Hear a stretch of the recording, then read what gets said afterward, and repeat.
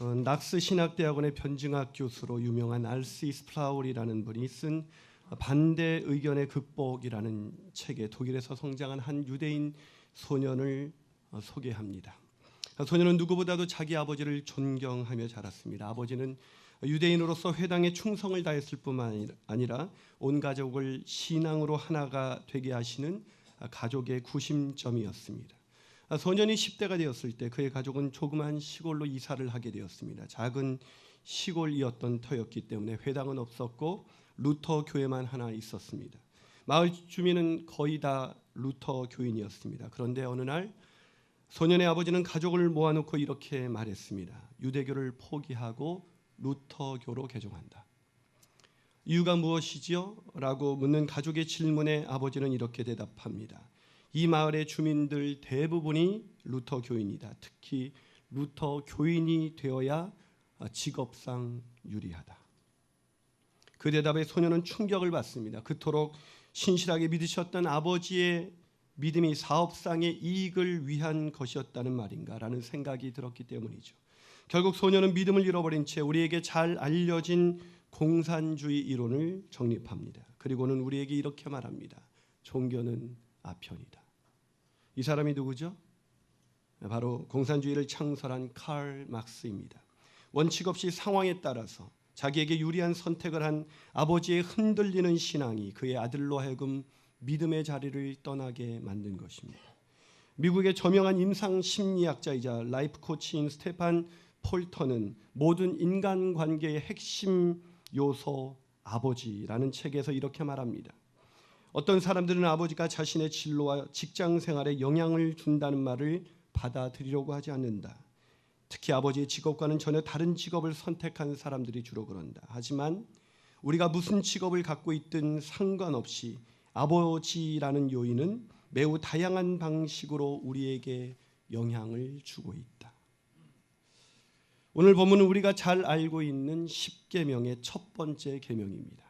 우리는 보통 십계명 하면 이 시대에 맞지 않는 구약의 율법이라는 생각을 하기가 쉽습니다.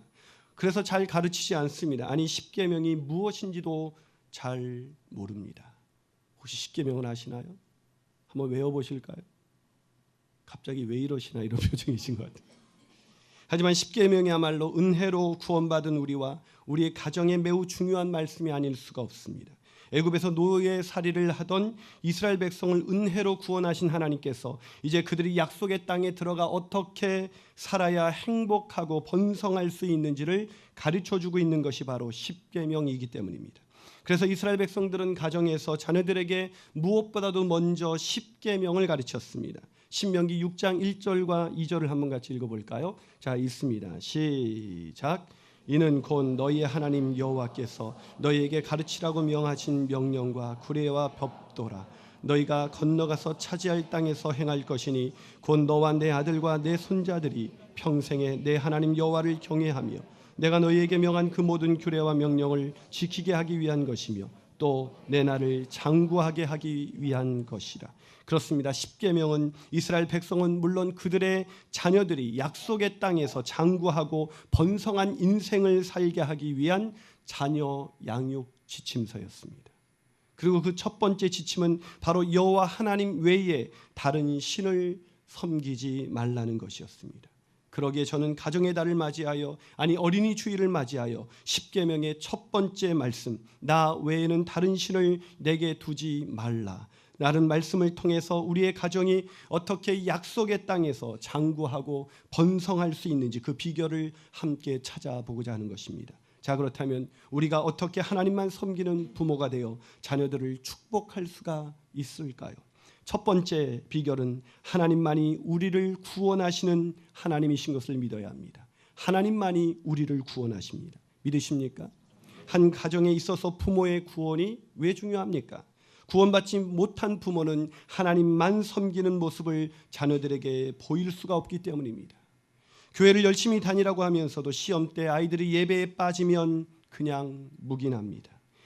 자신이 쉽게 예배를 빠지는 모습을 종종 보여주기까지 합니다.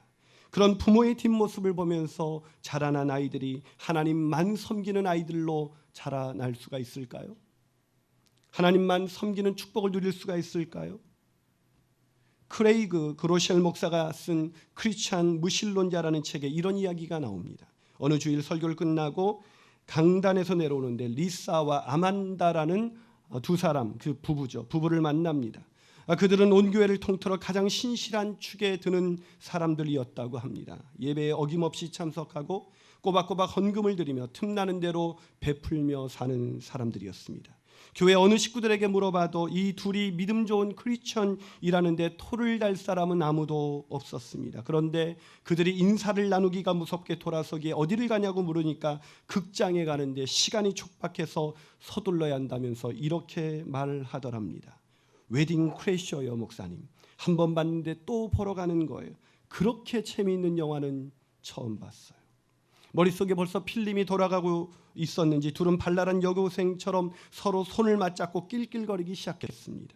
그러나 상대가 평범한 친구가 아니라 목사님이라는 생각이 들었는지 잠시 머쓱한 침묵이 흐른 뒤에 아만다가 이렇게 말했다고 합니다. 하지만 목사님은 사모님이랑 절대 이 영화를 보시면 안 돼요. 아니 왜지? 라고 그렇게 묻자 목회자잖아요. 이 영화에는 나쁜 장면이 많이 나오거든요. 목사님은 보시면 안 돼요. 참 불공평합니다. 성도들에게 가끔 그런 얘기를 들어요. 그러니까 목사님이시죠. 아니요. 성경 어디에도 평신도와 목사가 다른 사명을 받았다고 이야기하지 않습니다. 우리는 동일하게 거룩한 인생, 세상과 구별된 인생을 살아가야 하는 성도인 것입니다. 믿으십니까? 알고 보니 그 영화는 성행위 장면과 누드신 저속한 표현이 다수 등장하는 영화였다고 합니다. 이런 그들의 모습을 보면서 그로셸 목사님은 이렇게 생각했습니다. 크리스찬 무신론자. 그로셸 목사님은 그 책을 통해 하나님을 믿는다고 하면서도 마치 그분이 없는 것처럼 잘 살아가는 사람들의 모습을 12가지로 정리해 주었습니다. 그 중에 하나가 하나님을 믿지만 어떻게든 행복해지고 싶어서 자신을 행복하게 만들 수 있는 것이라면 무엇이든 찾아다니는 한 부부를 소개한 것입니다. 그들에게 하나님은 행복이었던 것입니다. 기억하십시오. 하나님은 우리를 행복하게 하시기를 원하시지만 하나님이 아닌 그 행복이 우리의 인생의 목적이 되는 순간 그 행복이 신이 되는 것입니다. 그것은 돈도 명예도 세상에 즐기는 모든 것도 마찬가지입니다. 그것들은 우리에게 필요한 것이지만 그것이 우리의 인생의 목적이 되는 순간 그것은 우상이 되는 것입니다. 이것이 그들만의 문제일까요? 그것은 당시 이스라엘 백성들도 마찬가지였습니다. 하나님의 백성인 그들은 온갖 우상 숭배가 성행했던 애굽에서만 무려 400년 이상 노예로 살았습니다. 그런 그들에게 하나님만을 섬긴다는 것은 결코 쉬운 일이 아니었습니다. 그들은 하나님도 섬기고 애굽에 있는 신도 섬겼습니다. 그러나 그들은 하나님만 섬겨야 했습니다. 왜 그럴까요? 그것은 그 이유를 오늘 본문 1절과 2절은 이렇게 말씀해 주고 있습니다. 자, 읽어볼까요? 1절과 2절입니다. 시작. 하나님이 이 모든 말씀으로 말씀하여 이르시되 나는 너를 애굽 땅 종되었던 집에서 인도하여 낸 내 하나님 여호와니라. 하나님이 어떤 분이시라고요? 그들을 애굽 땅에서 종살이하던 그들을 구원하신 여호와 하나님이시라는 것입니다. 무슨 말입니까? 하나님만이 참 하나님이시라는 것입니다. 그들을 구원하신 분은 세상의 많은 신들 중에 하나인 하나님이 아니라 유일하신 하나님이라는 것입니다. 여러분 기억하십시오. 다른 것은 신이 아닌 것입니다. 인생의 목적으로 삼을 만한 것이 아니라는 것입니다. 이것을 믿으시기를 주님의 이름으로 축원합니다. 한 발 더 나가서 우리가 어떻게 하나님만 섬기는 부모가 되어 자녀들을 축복할 수가 있을까요? 그 두 번째 비결은 주께서 베푸신 구원을 날마다 기억해야 합니다.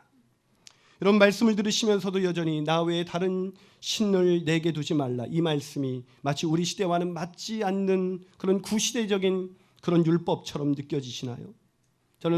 하지만 저는 설교를 준비하면서 요즘처럼 이 말씀이 절실히 필요한 때가 또 있었을까 하는 생각이 들었습니다. 왜요? 돈과 쾌락과 성공이 우상이 되는 시대가 아니겠습니까? 아니 사랑하는 자녀마저 우상으로 만들어 섬기고 있지 않습니까? 여러분 우상이 뭐예요? 우상은 하나님보다 더 사랑하는 것입니다. 하나님보다 더 우선적인 가치에 올려놓는 것입니다. 그렇다면 하나님보다 더 사랑하는 것 없으세요? 그루셀 목사님은 크리스찬 무신론자라는 책에서 충격적인 고백을 합니다. 아마 요 몇 년 사이 누군가 자신이 살아온 삶을 가만히 지켜보았다면 저 목사는 하나님을 소중하게 생각하지 않는구나라는 결론을 내렸을 거라는 거예요. 그러면서 그는 이렇게 말합니다. 나는 하나님을 신뢰한다고는 말했지만 실제로는 돈을 믿었다. 하루 이틀 된 이야기가 아니다. 하루 이틀 된 이야기가 아니다. 저 역시 동일한 고백을 하지 않을 수가 없습니다. 순간순간마다 돈은 자신이 이 세상에서 가장 가치 있는 것이라고 저를 설득합니다. 아니, 설득하기도 전에 저는 돈의 가치를 인정하고 맙니다. 때로는 돈을 하나님보다 더 섬기는 것 같습니다. 무엇을 시작할 때 하나님을 가장 먼저 생각해야 되는 크리스찬임에도 불구하고 돈을 먼저 생각하니 제가 어찌 하나님만 섬기는 사람이라고 할 수가 있겠습니까? 정말 죄송합니다. 하나님만 섬기는 목사가 되어야 함에도 불구하고 저는 부끄럽게도 하나님만 섬기는 목사가 아니라 하나님도 섬기는 목사인 것을.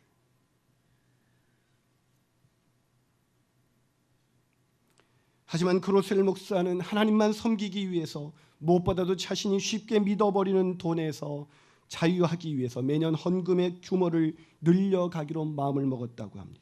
삶의 수준을 높이는 것이 아니라 헌금의 기준을 올린 것입니다. 그리고 그의 크리스마스를 기점으로 실천에 들어갔습니다. 아이들과 함께 둘러앉아서 성탄절 선물에 관한 이야기를 할 때였습니다.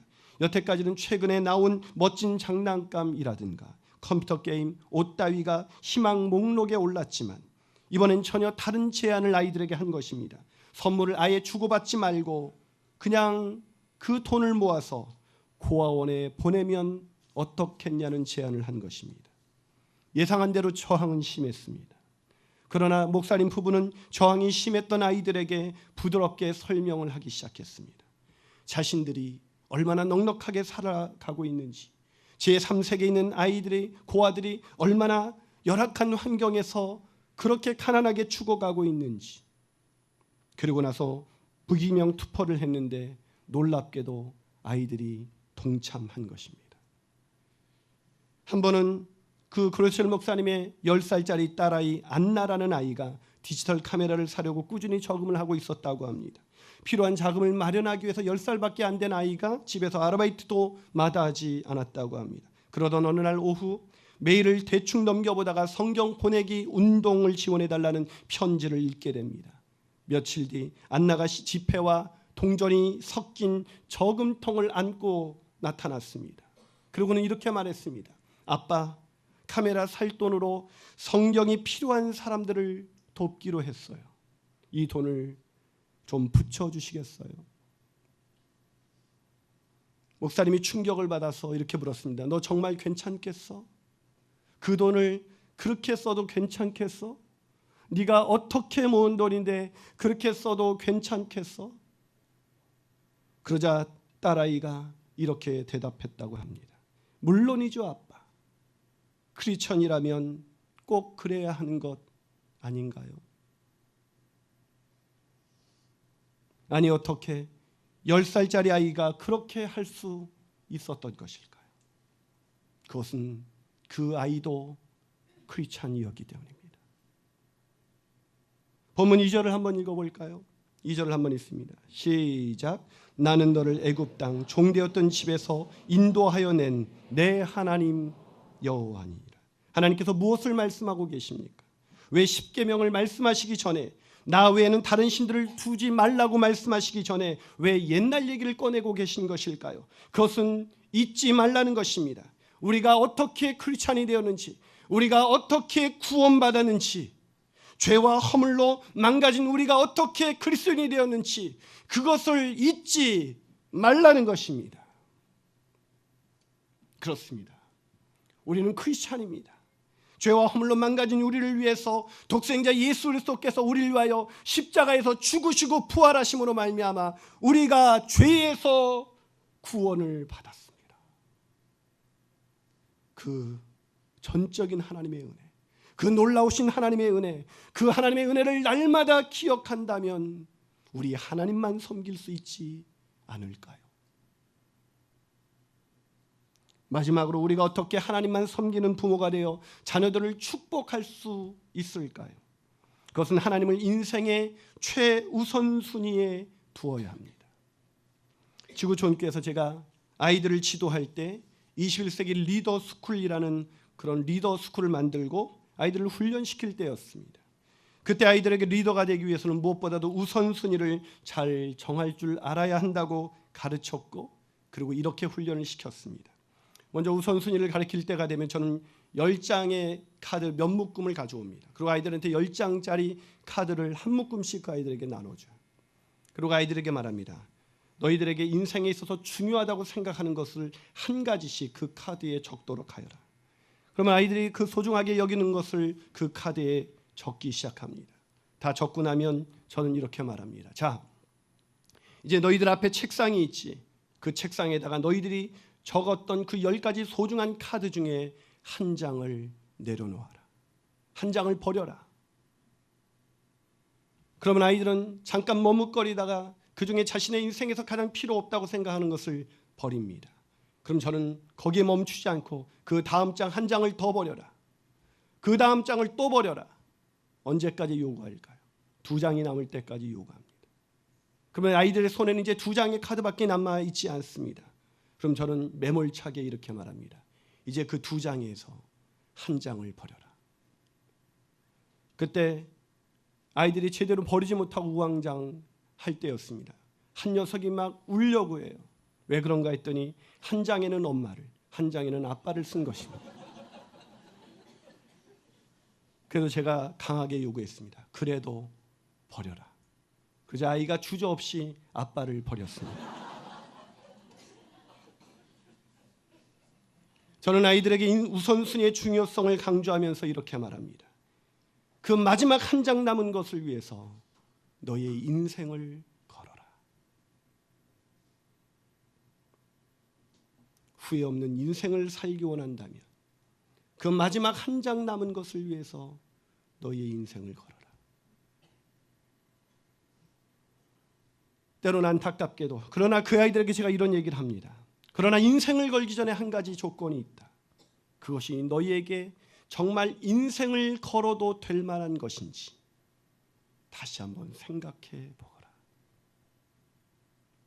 때로는 안타깝게도 아이들에게 남겨진 한 장은 인생을 걸 만한 것이 아닐 때가 있습니다. 아니, 대부분 그렇습니다. 그렇다면 아이들만 그럴까요? 저와 여러분은 무엇을 위해서 인생을 걸고 계십니까? 무엇이 인생의 가장 소중한 가치입니까? 십계명의 현대적인 해설자로 잘 알려진 글렌 마틴은 하나님의 10가지 우선순위라는 책에서 십계명이야말로 시대를 초월한 하나님의 우선순위라고 우리에게 이야기해주고 있습니다. 자, 그렇다면 우리 인생에서 우선순위 중에서도 우선순위, 최우선순위는 무엇일까요?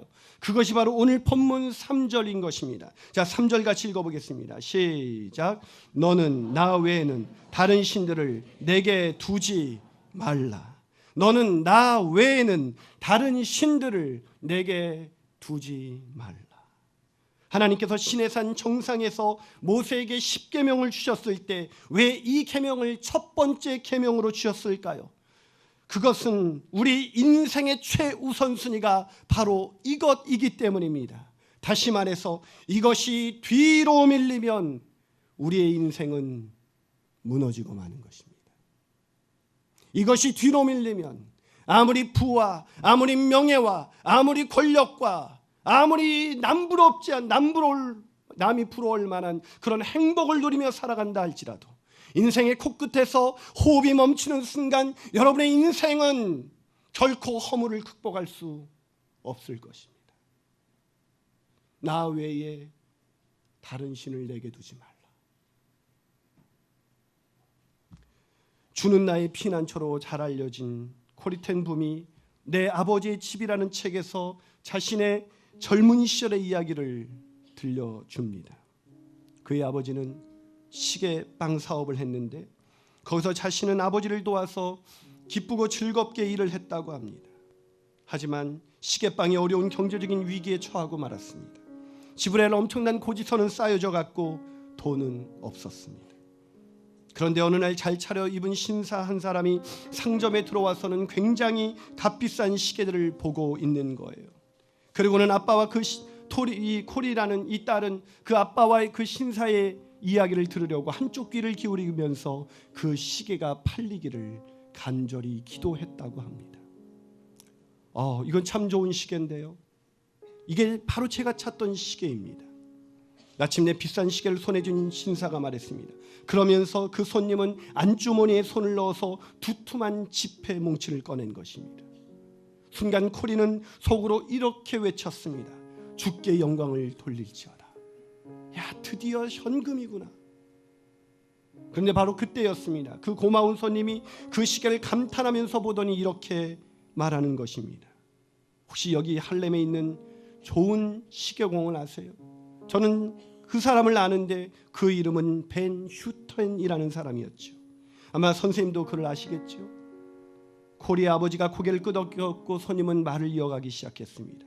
그런데 벤 휴턴은 죽었고 그의 아들이 가게를 물려받았지요. 좌우간 전혀 가지 않는 시계를 하나 그에게서 샀어요. 3번이나 그 시계를 돌려보냈는데 아무런 소용이 없었지요.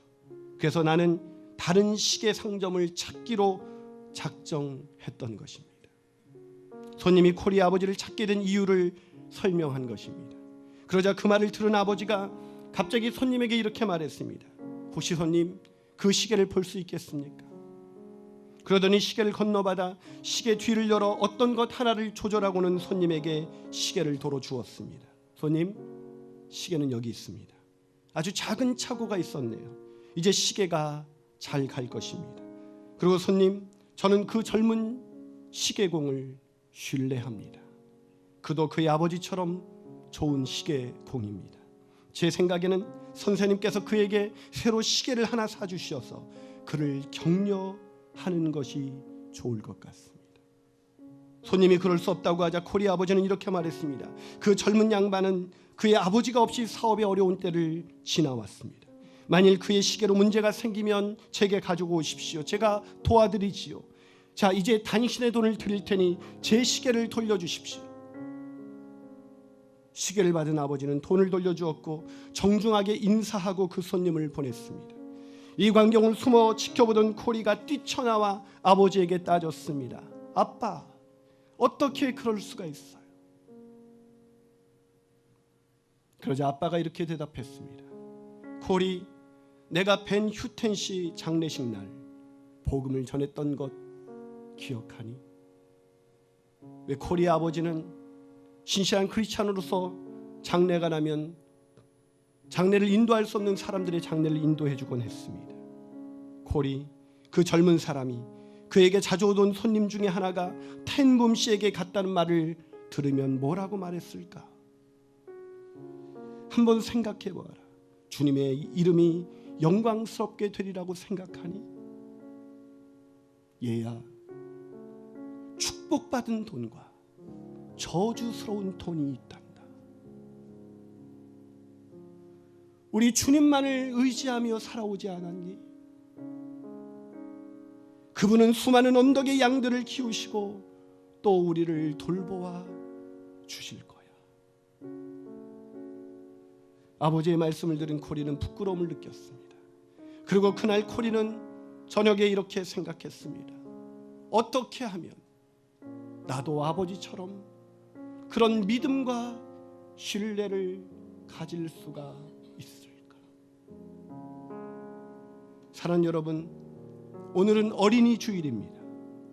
아무리 자녀가 장성했어도 부모에게 자녀는 어린아이처럼 느껴진다고 하지요. 자녀가 없는 사람들도 언젠가는 자녀를 얻게 될 것입니다.